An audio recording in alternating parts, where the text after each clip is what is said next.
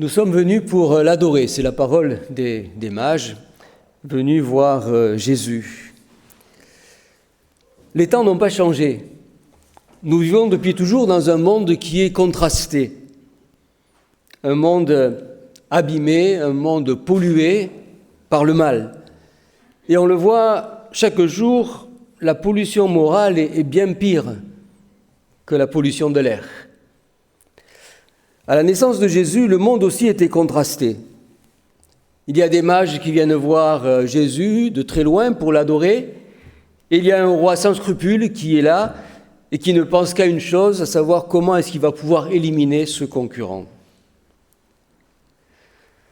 Les années se suivent et se ressemblent. Elles se succèdent les unes aux autres sans qu'il y ait grand changement, car aujourd'hui encore, notre monde est tout aussi contrasté. Il y a certains qui adorent le Christ et d'autres qui veulent l'éliminer, qui veulent éliminer les valeurs chrétiennes de nos sociétés. C'est notre monde. Et en ce début d'année, il me semble qu'il est important qu'en tant que chrétiens, nous prions pour ce monde qui rejette Dieu et qui s'enfonce toujours plus dans les ténèbres du mal. Et ce matin, je vous invite à l'occasion de cette journée de l'Épiphanie et en même temps du Noël arménien, de nous mettre à l'écoute de ce que Dieu veut nous dire et qu'il nous aide à comprendre quelle est ou quelle devrait être notre place dans ce monde. Tout d'abord, il y a ce beau texte d'Ésaïe. Debout, lève-toi, brille, brille car ta lumière arrive. Il me semble que c'était un appel que Dieu nous lance en ce début d'année à chacun d'entre nous. Un appel à nous lever, un appel à ne pas sombrer dans la température ambiante de la crainte, la température du mal, de l'égoïsme, de la méchanceté, du mal, de la corruption, du mensonge, de tout ce qui fait notre monde aujourd'hui. Ce texte nous invite à ne pas sombrer là-dedans, mais bien au contraire, à nous lever pour briller. Le texte dit que même si les ténèbres remplissent la terre, Dieu dit à son peuple, vous, debout, lève-toi, car ta lumière est arrivée, car le Christ est né, la lumière du monde. Brille, mais d'abord sois éclairé par le Christ, par la lumière du Christ, et puis ensuite tu pourras briller dans ce monde. Brille de quoi ? Brille non pas de nous-mêmes, ça ne serait pas très lumineux. Brille de la lumière du Christ, brille de l'amour du Christ, de la paix, de sa bonté, de sa bienveillance, de tout ce qu'il nous a montré, de tout ce qu'il a vécu, de tout ce qu'il a enseigné. C'est un véritable sursaut de vie que Dieu nous appelle en ce début d'année. Cette journée qui marque à la fois pour les Arméniens la naissance de Jésus, pour d'autres la visite des mages, la fête des rois, la galette des rois pour certains. Cette journée est une journée qui nous invite à nous lever et à ne pas nous laisser abattre par tout ce qui se passe dans le monde aujourd'hui, tout ce qui se passe aussi peut-être dans nos vies aujourd'hui. C'est un appel à réellement nous tourner vers Dieu, recevoir sa lumière et éclairer le monde dans lequel nous sommes.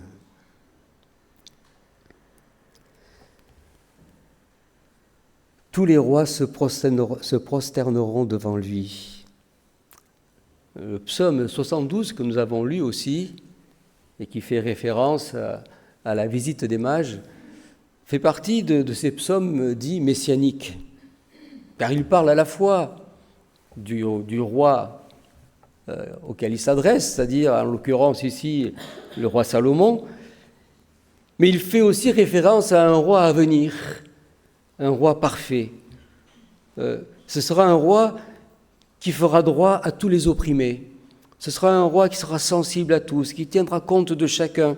C'est ainsi que ce psaume annonce réellement la venue de Jésus et de quelle façon Jésus sera un roi, mais quelle sorte de roi il sera. Il sera un roi totalement différent de tous les rois de la terre, différent de tous les rois de ce monde, différent de tous les gouverneurs de ce monde, différent de tous les présidents, de tout ce qui aujourd'hui gouverne ce monde.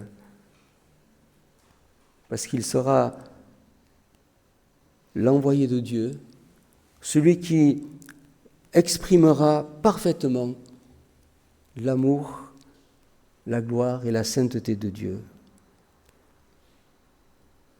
Le texte nous rappelle que le Christ n'est pas seulement un être humain, mais le Christ est aussi Dieu, pleinement. Et il nous est dit qu'un jour, tout genou fléchira devant lui. Si le jour de la visite des mages, ce sont simplement quelques mages qui ont plié le genou devant lui et d'autres ont refusé, comme aujourd'hui encore, si l'année qui plie les genoux pour adorer et si d'autres le refusent, ces textes nous rappellent et nous disent qu'un jour viendra où tout le monde fléchira le genou devant le Christ. Tout le monde. Dieu, en Jésus-Christ, nous a révélé toute sa gloire. La visite des mages aussi marque toujours, on le dit, une nouvelle page dans l'histoire du salut. Elle nous rappelle que le salut n'est plus réservé seulement à un peuple, au peuple juif de cette époque-là, mais que le salut est pour tous. Il est pour toi, il est pour moi. Et un jour, Dieu rassemblera toutes les femmes et tous les hommes de ce monde, tous ceux qui auront cru en lui. Il les rassemblera dans son royaume. Un jour, tout genou fléchira devant le Christ. Nous sommes venus nous prosterner devant lui, disent les mages, pour l'adorer. Il semble aussi que l'adoration des mages ce matin nous interpelle.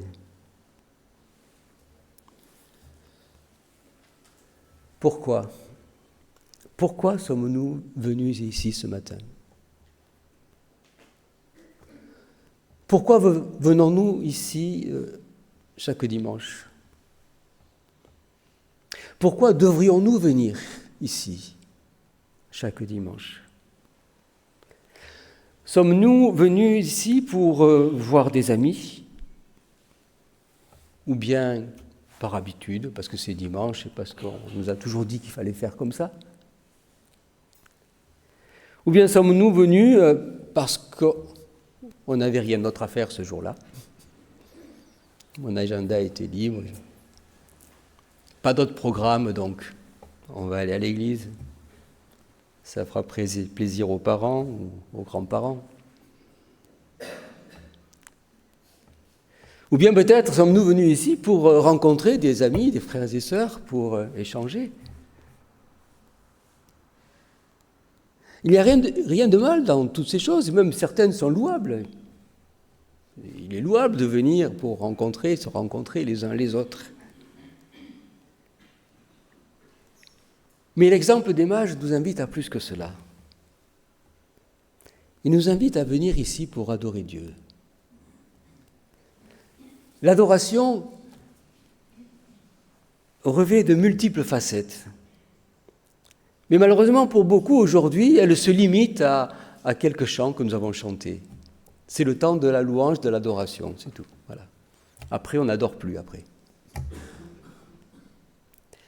Il me semble que c'est une façon assez triste de considérer ce qu'est la louange, ce qu'est l'adoration. L'adoration est bien plus riche que tout cela. Elle se définit tout d'abord par le respect que l'on doit à Dieu quand l'on vient dans sa présence. l'importance aussi que nous lui accordons dans notre vie et l'importance que nous lui accordons dans notre agenda et l'importance que nous lui accordons aussi avec nos biens. Tout d'abord, dans notre vie, par la place que nous donnons à la parole de Dieu. Les mages se sont mis en route suite à une révélation, on ne sait pas trop de quelle façon exactement, ils ont vu une étoile, comment ils ont su que de cette étoile-là, c'était la naissance du Christ. Les textes ne le disent pas, mais toujours est-il qu'ils se sont mis en route sur une révélation de la part de Dieu. Il me semble qu'il y a ici pour nous aussi un exemple que si la parole de Dieu que nous lisons, que nous entendons ne nous met pas en route, c'est-à-dire que si elle ne produit rien en nous, elle est totalement inutile, ça ne sert à rien. Nous ressemblions aux mages qui auraient vu l'étoile et puis qui seraient restés chez eux. Et ça, c'est de l'adoration. L'écoute et l'obéissance à la parole de Dieu, c'est de l'adoration. Une autre forme aussi d'adoration, une autre facette de l'adoration, c'est par rapport à notre agenda. Quelle est la place que Dieu occupe dans nos agendas quotidiens ?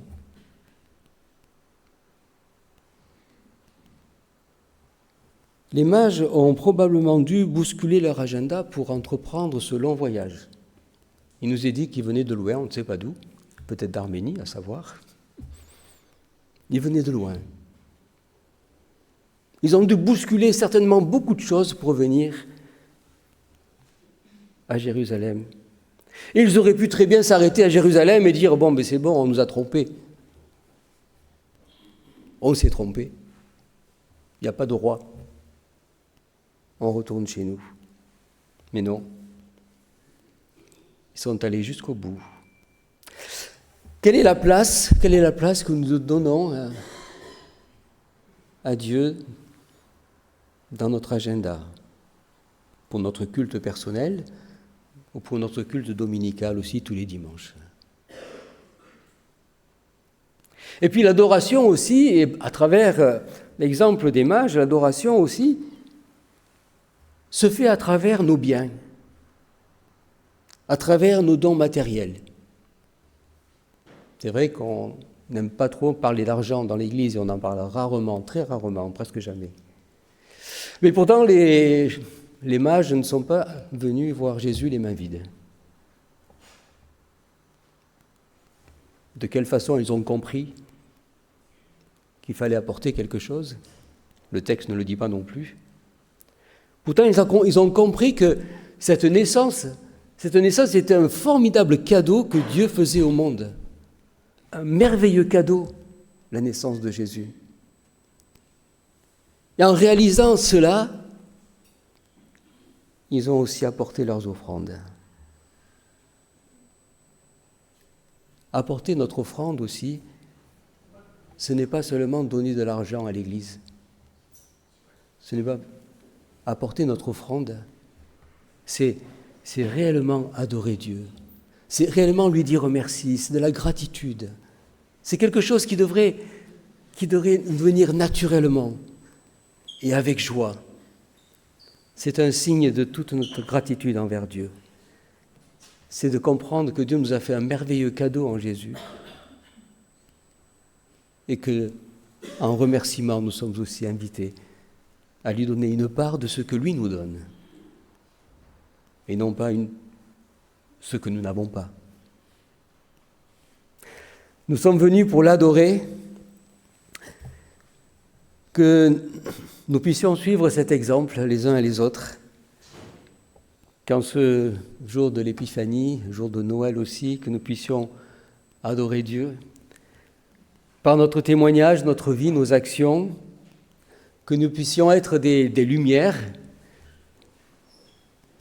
que nous puissions l'adorer pour le salut qu'il nous a accordé, pour ce cadeau qu'il nous a fait, que nous puissions aussi l'adorer par le don de notre temps, de nos biens, Voilà ce qui fera de cette journée un bon Noël et de cette année une belle année.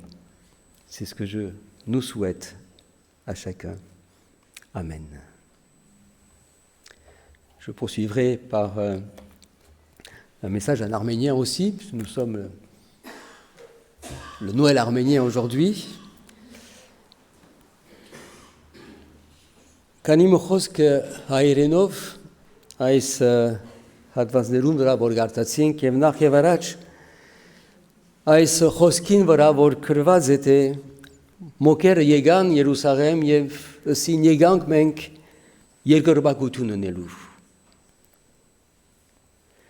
այս արիտով եւ այսօր որ Հիսուս Քրիստոսի սուրբ ծնունդը գդոնենք գհիշենք Աստվածաշունչը մեզ գրավիր է նախ եւ առաջ, որ մենք այս աշխարհի լույսերը լանք։ Ելիր լուսավորվե։ Կանզի քու լույսը ձակեցավ, լույսը եկավ։ Այսինքն մենք հրավիրված ենք լուսավորել այս աշխարհը ոչ թե մեր լույսովը, հաբա Հիսուսի Քրիստոսի լույսովը։ Հրավիրված ենք աշխարհը լուսավորելու։ Այս աշխարհը, որ երտալեն օրեոր ավելի խավարի մեջ գինա, չարիքի, մեղքի, բادرազմի, անգարկության, խավարի մեջ ամեն օր գնգղմի այս աշխարհը։ Սակայն դերը մեզ գկաչալեր է, որ չհուսադինք, հաբա ընտակարագը մենք ոտքի կայնինք և լուսավորենք այս աշխարհը Քրիստոսի սիրով։ Եմանավանդ մենք հայերս իշելու ենք, որ մեր եկեղեցին հիմնողը Գրիգոր Լուսավորիչը։ Գրիգոր Լուսավորիչը ինքը լուսավորվեցավ Քրիստոսի լույսովը, աբաշխարեց։ Եվ ոչ միայն աբաշխարեց, այն նաև դարաձեց այս բարի լուրը։ Եվ այնպես ըրավ, որ ամբողջ ազգը քրիստոնյա դարձավ եւ մենք եղած ենք առաջին քրիստոնյա ազգ 301-ին։ Շնորհիվ Գրիգոր Լուսավորիչ։ Աստվածա որ այսօր ալ Գրիգոր Լուսավորիչներ ըլլան։ Մենք ըլլանք իրեն պես։ Այսինքն ոչ միայն ընդունած ըլլանք Քրիստոսի լույսը, փրկությունը, այլ նաև լուսավորենք մեր ժողովուրդը, մեր ազգը։ Մենք վարդ ենք, որ շատ անգամ գսենք, թե առաջին քրիստոնյա ազգն ենք։ Շատ լավ, շատ հբարդություն տողոլա։ Սակայն նկատի առնենք, որ այս հբարդությունը նախ եւ առաջ շնորհք մնե եւ ոչ միայն շնորհք մնե, ապա առանձնաշնորհում մնե եւ նաեւ առաքելություն մնե, բարդականություն մնե։ Հայացքը այսօր դեռևս այս բարդականություն ունի լուսավորելու աշխարհը։ Եվ այսօր համար պետք ունենք աղոթելու մեր ժողովրդին համար, որպեսզի մեր ժողովուրդը լուսավորվի և լուսավորի այս աշխարհը։ Նաև այս հատված, որ գարտացինք, մեզ գհրավիր է երկրպագելու, թե ինչպես մենք երկրպագելու ենք, ինչու համար գուկանք եկեղեցին։ Մենք հրավիրված ենք երկրպագել, ինչպես մոկերը երկրպագություններին դերոջը։ Երկրպագություններին ժամանակ դրամատրելով իրեն, եկան մինչև Երուսաղեմ, կացին մինչև Փեթլեհեմ երկրպագելու, ժամանակ հատկացուցին, եւ նաեւ եկան իրենց նվերներով, բարապցերքերով չեկան, որովհետեւ նկատի արին, որ Աստված մեծ բարգևը ըրավ իրենց եւ իբր երախտաբարդություն, անոնքալ նվիրեցին իրեն։ Մենք գանչված ենք երկրպագելու այս սևալ մեր նվերներով, ինչպես մոկերը։ Yegank anor yergerbakutiunenelu. Deredavor giragi amenor naev yergerbakorner lang. Okiov yevjoshmardutunov.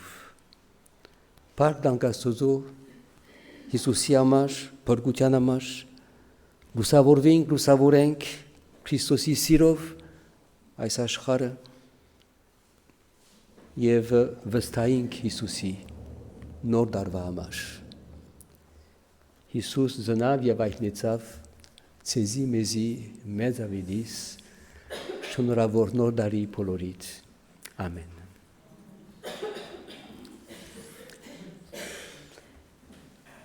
Nous aurons un temps de méditation maintenant et on va écouter un morceau.